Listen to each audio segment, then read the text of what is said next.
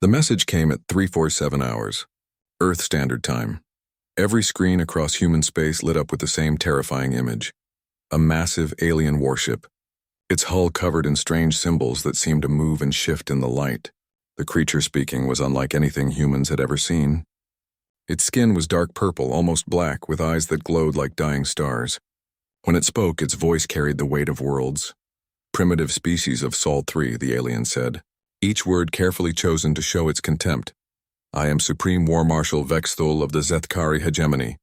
Your small expansion into our galaxy ends now. We have watched your pitiful colony spread like a disease across these few worlds. No more. Admiral Sarah Chen stood in the command center of Luna Base watching the transmission with cold eyes. Around her, officers and technicians worked quietly, their faces showing no fear. They had been waiting for this moment for longer than most of them could remember. We have conquered 847 worlds. Vexthul continued. We have turned the armies of 1,000 species into dust. Your ships are few and weak. Your weapons are simple. Your people know nothing of real war, but we are not without mercy. The alien leaned forward, its glowing eyes seeming to look directly at everyone watching. Surrender now. Accept your place as servants to the hegemony. Your people will live, though they will never again know freedom. Your worlds will feed our empire. Your children will fight in our armies. This is the only choice we offer. Behind Vexthul, the image shifted to show the Zethkari fleet. 50,000 ships filled the darkness of space, each one larger than anything humans had ever built. They moved in perfect formation, a wall of metal and death that stretched across the void. The message was clear, resistance was impossible. You have one rotation of your world to decide, Vexthul said. When next we speak, you will bow before the might of the hegemony, or you will burn with your worlds. This warning is the only mercy you will receive. The transmission ended. Across human space, billions of people stared at blank screens, trying to understand what they had just seen. In government buildings, emergency meetings began. On colony worlds, families held each other close. Everyone waited for someone to tell them what to do. That someone was Admiral Sarah Chen. She walked slowly to the center of the command room, her footsteps echoing in the sudden silence. Every eye was on her, waiting for orders, waiting for hope, waiting for anything that might make sense of the impossible situation they faced. Chen had spent 40 years in the Human Defense Coalition. She had fought pirates in the asteroid belt. She had commanded the first human ships to reach other star systems. She had helped plan the colonies that now faced destruction. More than anyone else, she understood what humanity was up against. Send a message to all human worlds, she said quietly. Full spectrum broadcast. I want every person to hear this. Her communications officer, Lieutenant Torres, looked nervous as he prepared the equipment. Admiral, what should I tell them you want to say? Chen smiled, but it was not a happy smile. It was the smile of someone who had waited a very long time for this moment. Tell them their admiral wants to answer the hegemony's message.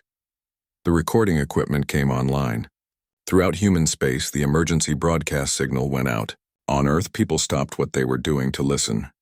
On the colony worlds, families gathered around their screens. On the ships scattered between the stars, crews waited to hear what their leader would say. Chen looked directly into the camera.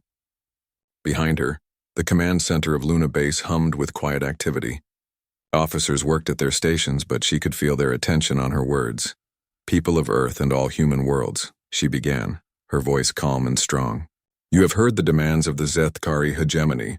You have seen their fleet. You know what they want from us. She paused, letting her words sink in. I want you to know that this day was not unexpected.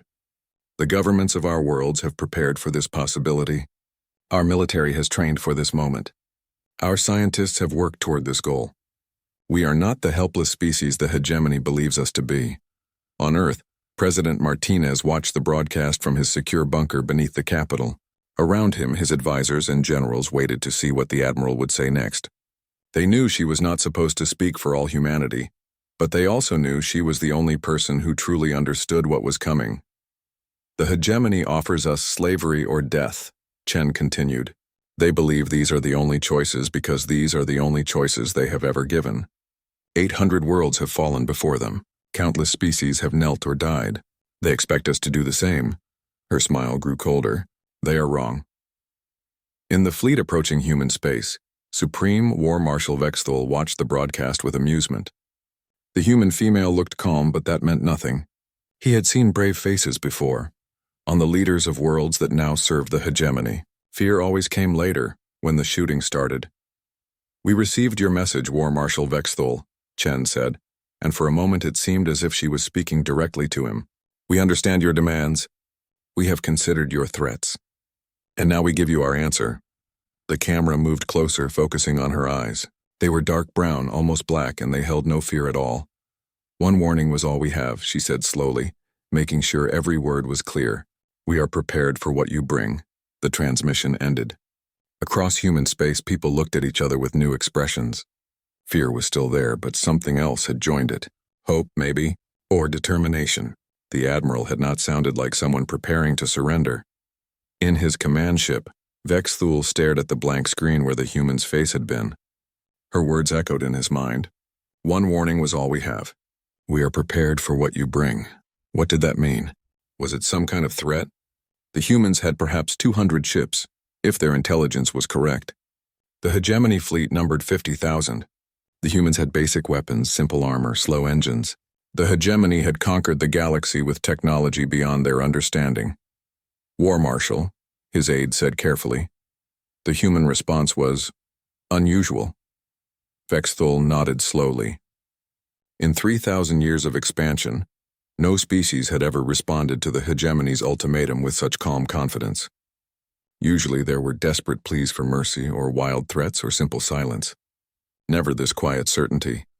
"Perhaps they do not understand their situation," he said finally.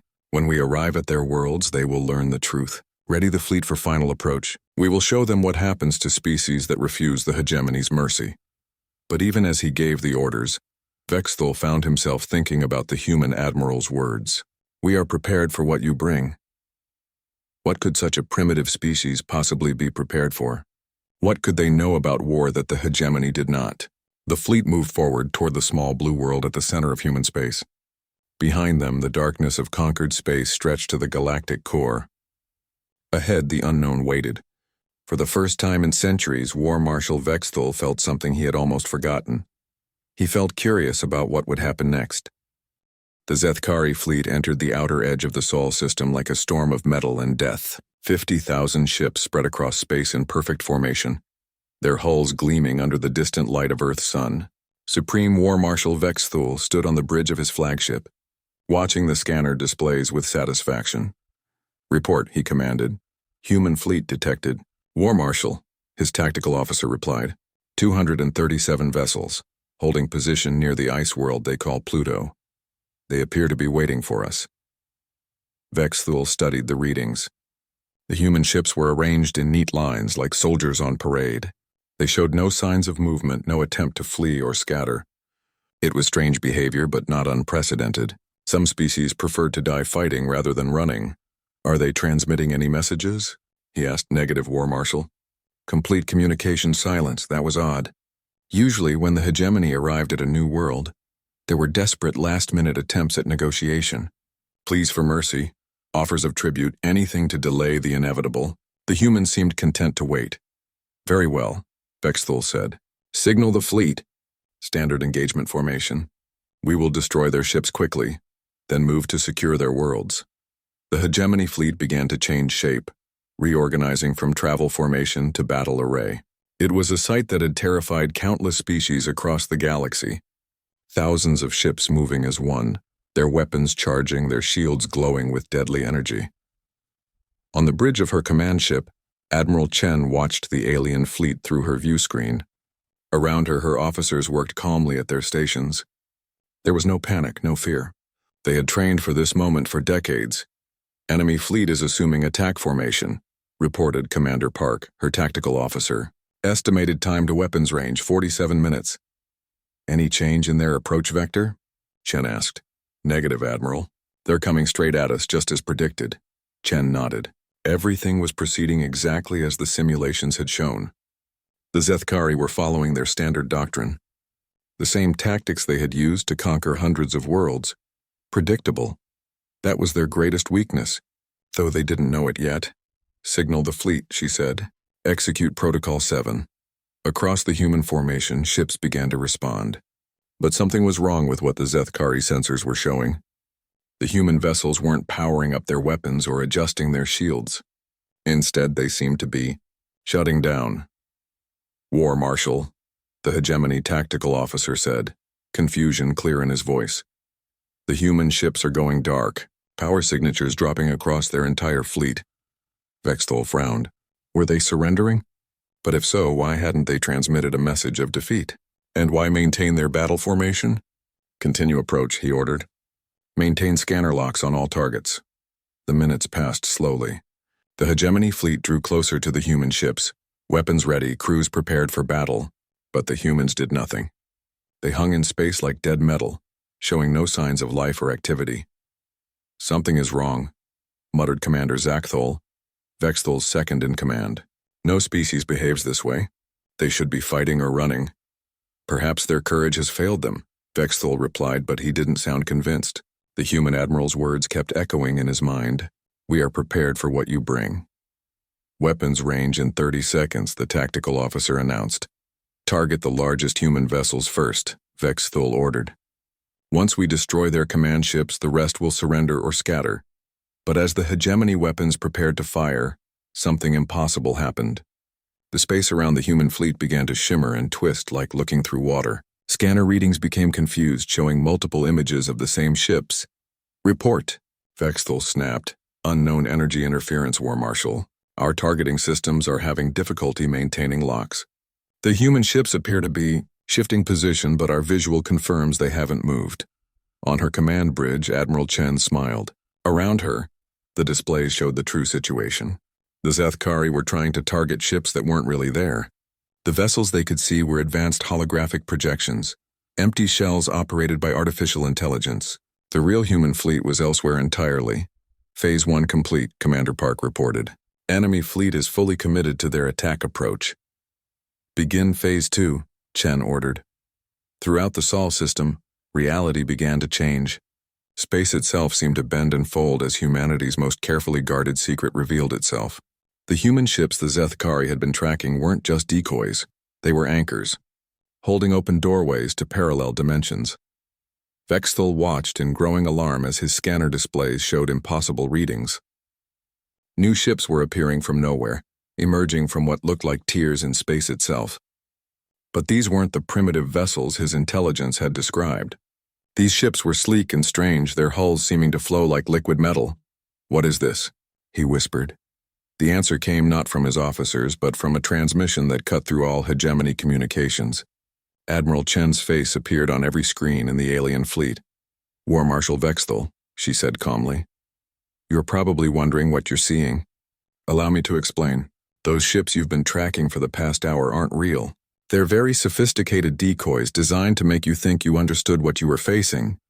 Behind her, displays showed the true scope of the human fleet. Hundreds of ships emerged from dimensional hiding places, their designs unlike anything in hegemony records. Some were massive battleships that dwarfed even the largest Zethkari vessels. Others were small and fast, darting through space like living creatures. "You see," Chen continued, "we've known about your empire for a very long time.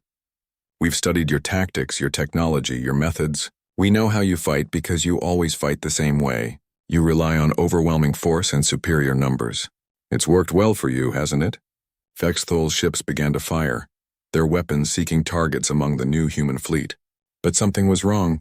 The beams and missiles that should have destroyed human ships were being absorbed or deflected by shields that seemed to learn and adapt with each attack. "The problem with always using the same tactics," Chen said, "is that someone might eventually figure out how to counter them. We've had 60 years to prepare for this meeting, War Marshal. 60 years to study every piece of hegemony technology we could find. 60 years to build weapons specifically designed to defeat your forces." A human ship passed close to Vexthol's flagship, and he got his first clear look at the enemy's true technology. The vessel's hull was covered in patterns that shifted and changed as he watched. Its weapons didn't fire beams or missiles. Instead, they seemed to reach out with tendrils of energy that wrapped around hegemony ships and began to tear them apart. "This is impossible," Vexthol breathed. "How can such a primitive species possess such technology?" "Perhaps," Vexthol said slowly, "we were wrong about how primitive they are. The battle that followed was unlike anything in hegemony history. The human ships moved with impossible grace, their formations flowing like schools of fish. When Zethkari weapons found their targets, the human vessels seemed to heal themselves, their hulls flowing back together like living tissue. But it was the human tactics that truly terrified Vex Thul. They weren't just fighting, they were learning. Every hegemony strategy was countered within minutes. Every weapon was analyzed and neutralized. It was as if the humans had been preparing for this exact battle for their entire existence. War Marshal, his communications officer, called out, "We're receiving surrender requests from over 200 of our ships. The humans aren't destroying them. They're disabling their weapons and engines," then broadcasting instructions on how to power down safely. Vexthul stared at the tactical display, watching his mighty fleet being systematically dismantled by an enemy he had completely underestimated. The humans weren't just winning, they were winning without unnecessary killing, capturing ships instead of destroying them. "Signal fleet withdrawal," he said finally. "War Marshal, you heard me. Signal the withdrawal. We need to reassess the situation." As the surviving hegemony ships began to retreat, Admiral Chen's voice came over the communications again. "War Marshal, you're welcome to leave. But understand this. We are not the same species you studied from afar. We have been preparing for this day since we first learned your empire existed. We are prepared for what you bring because we've spent generations learning everything about you." The human fleet didn't pursue. They simply watched as the Zethkari forces fled back toward the edge of the system. For the first time in 3,000 years, a hegemony fleet had been defeated. Vexthul stood on his bridge, staring at the strange human ships growing smaller on his view screen. "One warning," the Admiral had said. They had been given one warning, and somehow impossibly they had been ready. But ready for what? This was just the beginning. Supreme War Marshal Vexthul had not slept in 3 days. He stood in his private chambers aboard the flagship, staring out at the stars beyond the edge of human space. Behind him, status reports covered every surface. Damage assessments, casualty lists, tactical analyses. All of them told the same impossible story. The hegemony had been defeated, not just defeated, humiliated. Of the 50,000 ships that had entered the Sol system, barely half had made it back to the rally point. The others had been captured, their crews taken prisoner by an enemy that treated captives better than the hegemony treated its own soldiers. A soft chime indicated an incoming message. Vexthul activated the display, expecting another report from his damaged fleet. Instead, he found himself looking at Admiral Chen, sitting calmly in what appeared to be her ready room. "War Marshal," she said politely, "I hope you don't mind the intrusion. I wanted to discuss the current situation. How are you transmitting this?" Vexthul demanded. "My ships are beyond the range of human communications." Chen smiled. "Are they?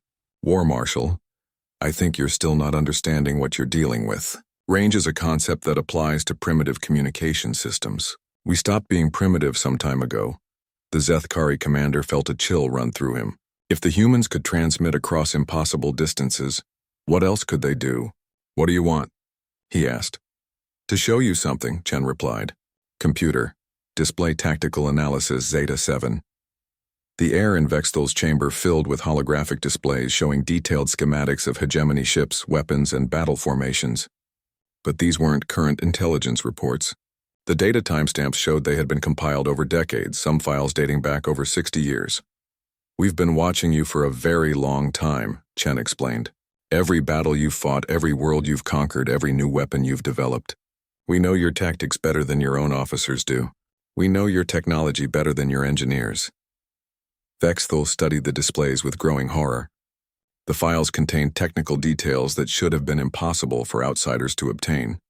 Classified weapon specifications, secret battle plans, even personal psychological profiles of hegemony commanders. "How?" he whispered. "The same way we learned everything else about your empire," Chen said. "We prepared. Did you think we discovered your existence and then just waited for you to arrive? We've had people in hegemony space for decades, War Marshal. Observers, researchers, students, learning everything we could about the civilization that would eventually come for us." The holographic displays shifted, showing new images. Vexthul saw surveillance footage from hegemony worlds, recorded conversations between high-ranking officials, even images from inside the hegemony's most secure facilities. Impossible, he breathed. Our security would have detected any infiltrators, would it? Chen asked. Your security is designed to catch members of species you've already conquered. You look for the obvious signs: different biology, unknown technology, suspicious behavior patterns. You never learn to look for something you'd never encountered before. The display changed again, showing images that made Vexthul step backward in shock. They were human faces, but altered. Skin changed to match different alien species, features modified to blend in with local populations. The humans hadn't sent spies into hegemony space. They had become the species they were studying. Genetic modification, Chen explained. Another technology your empire never developed because you never needed it. When you conquered a species, you used them as they were. We needed to become them to understand them. Vexthul sank into a chair, his mind reeling. You've been among us for decades. Longer than that in some cases. Some of our people have spent their entire careers living as members of conquered species. They've served in your military, worked in your research facilities, even held positions in your government. All so we could understand exactly what we would be facing when you finally arrived. The implications were staggering. If humans had been infiltrating the hegemony for so long, what else did they know? What else had they learned? But that's just intelligence gathering, Chen continued. The real preparation was what we did with that information. Would you like to see? The holographic display shifted again, this time showing the inside of vast manufacturing facilities. Humans worked alongside robots and artificial intelligences, building weapons and ships unlike anything Vexthul had ever seen. But what caught his attention was that much of the equipment looked familiar. Those are hegemony designs, he said. Improved versions, yes. We took your technology and made it better. Your plasma cannons became our adaptive energy weapons. Your shield generators became our learning defense systems. Your faster-than-light drives became our dimensional manipulation engines. Chen leaned forward. You see, War Marshal, your empire's greatest strength became its greatest weakness. You never change. For 3,000 years you've used the same strategies, the same weapons, the same approach to warfare. That predictability allowed us to prepare counters for everything you might use against us. But how? Vexthul asked. How could a single species develop such advanced technology in so short a time? Who said we did it alone? The display changed once more, and Vexthul saw something that shook him to his core. Humans working alongside representatives of dozens of different species, but not as conquerors and conquered. They were working together as equals, sharing knowledge and resources. Meet our real allies, Chen said, representatives of 47 different species that your empire conquered over the centuries. Species that you thought were broken, defeated, absorbed into your civilization. They weren't broken, War Marshal. They were waiting. The images showed research facilities where human scientists worked side by side with the galaxy's greatest minds, beings whose homeworlds had been burned by the hegemony, but whose knowledge had survived. Engineers whose people had been enslaved, but who had never stopped dreaming of freedom. Strategists who had spent lifetimes planning for the day when someone would finally stand against the hegemony. This is why we were so confident, Chen explained. We weren't just one species preparing to fight your empire. We were dozens of species working together, combining our knowledge and abilities to create something none of us could have achieved alone. Vexthul felt the weight of realization crushing down on him. The humans hadn't just prepared for war, they had prepared for revolution. All across hegemony space, members of conquered species were probably receiving news of the impossible victory in the Sol system. They would know that the mighty hegemony could be defeated. You've doomed us all, he said quietly. Have we? Chen asked. Or have we freed you? War Marshal, your empire conquered worlds through fear and superior force. But what happens when that fear is gone? What happens when your enemies are no longer afraid of your weapons? As if summoned by her words, Vexthul's communication console began chiming with incoming messages. Reports from across hegemony space, each one worse than the last. Rebellions on conquered worlds. Military units refusing orders. Entire star systems declaring independence. It's happening faster than we expected, Chen observed, apparently monitoring the same communications. We thought it might take months for news of your defeat to spread. Instead, it seems to be taking hours. How is that possible? Because we weren't the only ones preparing, War Marshal. Every conquered species in your empire has been waiting for a sign that resistance was possible. Now they have that sign. The holographic display showed a map of the galaxy, with red dots marking hegemony worlds and blue dots marking areas where rebellions were breaking out. Even as they watched, more blue dots appeared. Your empire is 3,000 years old, Chen said, but it was built on a foundation of fear. Remove that fear. Show people that the hegemony can be beaten, and what do you think happens to 3,000 years of resentment? Vexthal stared at the display, watching his civilization crumble in real time. Centuries of conquest were being undone in a matter of hours. The careful order his people had built across the galaxy was collapsing. What do you want from us? He asked finally. The same thing we've always wanted, Chen replied. Freedom. Not just for humanity, but for every species your empire has oppressed. We didn't start this war to conquer you, War Marshal. We started it to end conquest entirely. The transmission began to fade, but Chen's voice remained clear. We gave you one warning, and we meant what we said. We were prepared for what you would bring, but we were also prepared for what would come after. The display went dark, leaving Vexthal alone with the reports of his empire's collapse. Outside his window, the stars that had once marked the boundaries of hegemony space now marked the birthplaces of free worlds. For the first time in 3,000 years, the galaxy was changing. And it was changing because one species had been patient enough to prepare not just for war, but for everything that would follow.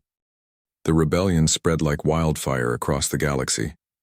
On the mining world of Kethvar, workers who had labored in the deep tunnels for generations suddenly put down their tools and walked into the sunlight. The hegemony overseers found themselves outnumbered 1,000 to 1 by beings they had never considered a threat. On the research station orbiting Vexthan Prime, scientists who had been forced to develop weapons for their conquerors instead began broadcasting the secrets of hegemony technology to every world that would listen. In a single day, civilizations that had been kept primitive by design suddenly had access to the knowledge of the stars. On the military fortress world of Zakthul's crown, something unprecedented happened. The conquered species who served as support troops in the hegemony military turned their weapons on their own commanders. For the first time in 3,000 years, a hegemony stronghold fell from within. Admiral Sarah Chen stood in the command center of Luna Base, watching reports flow in from across the galaxy. Each message brought news of another world declaring independence, another hegemony garrison surrendering, another piece of the ancient empire crumbling away. Admiral, Commander Park said, his voice filled with amazement. We're receiving direct communications from over 400 rebel groups. They're all asking for the same thing. What's that? Help. They want to know if we'll support their fight for freedom. Chen nodded slowly. This was the moment she had been preparing for longer than the war itself. It was one thing to defeat the hegemony in battle. It was something else entirely to help build what would replace it. Open a channel, she said. Galaxy-wide broadcast. I want every world to hear this. The communication systems of Luna Base reached out across space, connecting to relay stations, captured hegemony equipment, and the hidden networks that had been built over decades of preparation. Within minutes, Chen's words would reach billions of beings on thousands of worlds. People of the galaxy, she began, her voice carrying the weight of hope and determination. You have seen that the hegemony can be defeated. You have proven that fear is not stronger than the desire for freedom. Now comes the harder task. On the world of Thysa, a species called the Veltar gathered around communication devices, listening with 4 arms crossed over their hearts in a gesture their conquerors had tried to eliminate. They had been artists once before the hegemony turned them into factory workers. Now they dared to dream of creating beauty again. Freedom is not something that can be given, Chen continued. It must be built day by day, choice by choice. The hegemony offered you order at the cost of your dignity. We offer you something different, the chance to choose your own path, make your own mistakes, and create your own future. On the ice world of Morden, the Cathali looked up at their frozen sky through the dome cities their masters had built. They had been engineers before the conquest, builders of great works that spanned continents. The hegemony had made them repair the machines that oppressed them. Now they began to plan cities of their own design. But we will not leave you to face this challenge alone, Chen said. Humanity offers its friendship to any world that seeks freedom. We will share our knowledge, our resources, and our experience, not as conquerors but as equals working toward a common goal. The response was immediate and overwhelming. From every corner of the galaxy, messages began to arrive. Some were from entire worlds declaring independence. Others were from small groups of rebels asking for technical support. Many were simply from individuals who had never dared to hope for freedom, now asking if the humans meant what they said. In his personal chambers, Supreme War Marshal Vexthal watched the same broadcast, feeling the last foundations of his world crumble beneath him. His aide, Commander Zakthal, stood beside him, both of them processing the magnitude of what was happening. "Sir," Zakthal said quietly, "we're receiving reports from the core worlds. Even there, demonstrations have begun. Species that haven't shown resistance in centuries are taking to the streets." Vexthal closed his eyes. The core worlds were the heart of the hegemony, the oldest conquests, the most thoroughly integrated into their empire. If revolution had reached even there, then truly nothing remained of the civilization he had served his entire life. "What are your orders, War Marshal?" For a long moment, Vexthal said nothing. Then he walked to his communication console and began composing a message. When it was complete, he looked at it for several minutes before sending it across all hegemony channels. "To all hegemony forces," the message read, "this is Supreme War Marshal Vexthal, effective immediately. All military operations are suspended. Do not fire upon civilian populations. Do not attempt to suppress rebellions through force. Commanders are instructed to negotiate with local leaders for peaceful transitions of power where possible." Zakthal stared at him. "Sir, that message is tantamount to surrender." "Yes," Vexthal said simply. "It is." The message sent shockwaves through what remained of the hegemony military structure. Some commanders refused to obey, choosing to fight to the bitter end. But many others, seeing the writing on the wall, began reaching out to rebel groups on their worlds to discuss terms of surrender. Admiral Chen received a copy of Vexthal's message within hours of its transmission. She read it twice, then looked up at Commander Park with something like respect in her eyes. "Send a reply," she said. "Tell War Marshal Vexthal that humanity appreciates his wisdom. Invite him to meet with representatives from the rebel worlds to discuss the transition process." "Admiral, are you sure that's wise?" "This could be a trap." "It could be," Chen agreed, "but I don't think it is. The War Marshal has just ordered his entire military to stand down. That's not the action of someone planning treachery. That's the action of someone who understands that the old way is ending." The meeting was arranged for a neutral location, an abandoned research station in empty space, halfway between human territory and the hegemony core worlds. Representatives from dozens of rebel groups would attend, along with remaining hegemony officials and human mediators. As her ship approached the station, Chen reflected on how far they had all come. 6 months ago, humanity had been a small, isolated species waiting for conquest. Now they were helping to reshape the political structure of the entire galaxy. But the real work was just beginning. Defeating the hegemony had been the easy part, relatively speaking. Building something better in its place would take generations of effort from countless species working together. The docking bay of the research station was filled with ships of every conceivable design. Vessels built by the hegemony sat next to craft constructed by species that had been enslaved for centuries. Human ships, sleek and strange, waited alongside ancient vessels that belonged to civilizations older than Earth itself. Inside the station's main conference room, beings who had never met as equals prepared to discuss the future of the galaxy. Chen took her seat at one end of a circular table, with War Marshal Vexthal at the opposite end. Between them sat representatives of every major species in known space. "Before we begin," Chen said, looking around the room, "I want to make something clear. Humanity did not start this revolution to become the new rulers of the galaxy. We started it because we believe every species has the right to determine its own destiny." A tall, insectoid being called Hive Speaker, Zelnik clicked its mandibles in what Chen had learned was a gesture of agreement. "The Veltar have not spoken as free beings for 800 years. We wish to know what form will this new galaxy take." "That," Chen replied, "is what we're here to decide, together." The discussions that followed would last for weeks. Maps were drawn and redrawn. Governments were planned and replanned.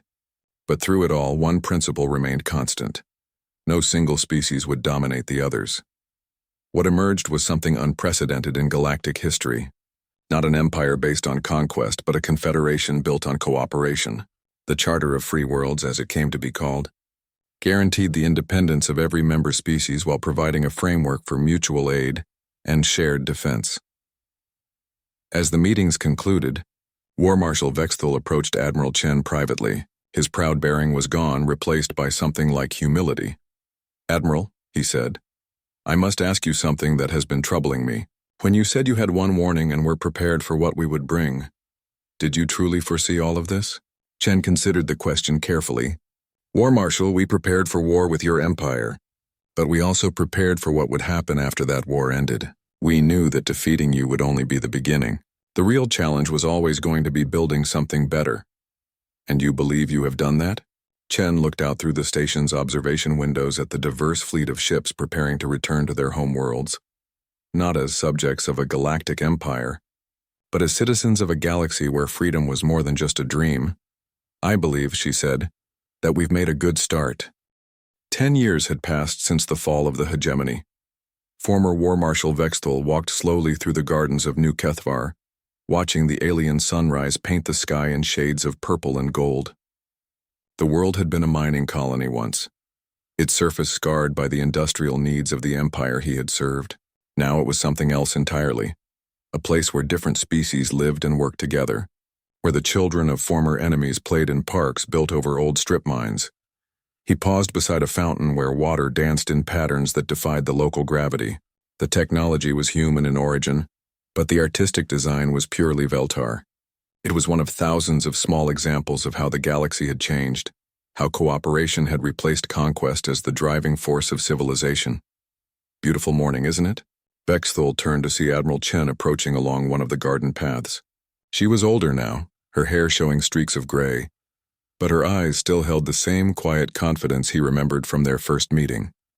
"Admiral," he said, inclining his head respectfully, "I wasn't expecting to see you here. Just Sarah, please. I'm retired, remember? And I was in the system visiting the new medical research facility. Thought I'd stop by and see how you're settling in." They walked together through the gardens, two former enemies who had become something like friends over the years of reconstruction. Vexthul had never returned to his homeworld after the surrender. Instead, he had chosen to live here, on a world where former hegemony citizens and liberated species worked side by side to build something new. "I received a message from the council yesterday," he said. "They've approved the expansion of the agricultural domes on Thissa. The Veltar will be able to feed their entire population from their own soil for the first time in 8 centuries. That's wonderful news," Sarah replied. "I remember when they first proposed the project. The joy in their representatives' voices when they talked about growing their own food again." They paused at an overlook that showed the city spread out below them. Where once there had been factories producing weapons for the hegemony war machine, now there were schools where young beings from dozens of species learned together. Where there had been barracks housing occupation troops, now there were hospitals using medical knowledge shared freely between worlds. "Do you ever regret it?" Vexthul asked suddenly. "Regret what?" "Not taking control when you had the chance. Your species could have become the new rulers of the galaxy. You had the power, the technology, the respect of every liberated world. Instead, you chose to step back and let others govern themselves." Sarah smiled, the same smile he had seen in that first transmission 10 years ago. "Do you know what the hardest part of our preparation was, Vexthul? It wasn't developing the weapons to defeat your fleet. It wasn't placing agents throughout your empire. It wasn't even coordinating with all those rebel groups." She gestured toward the city below them, where beings of every conceivable shape and size went about their daily lives in peace. The hardest part was learning to let go.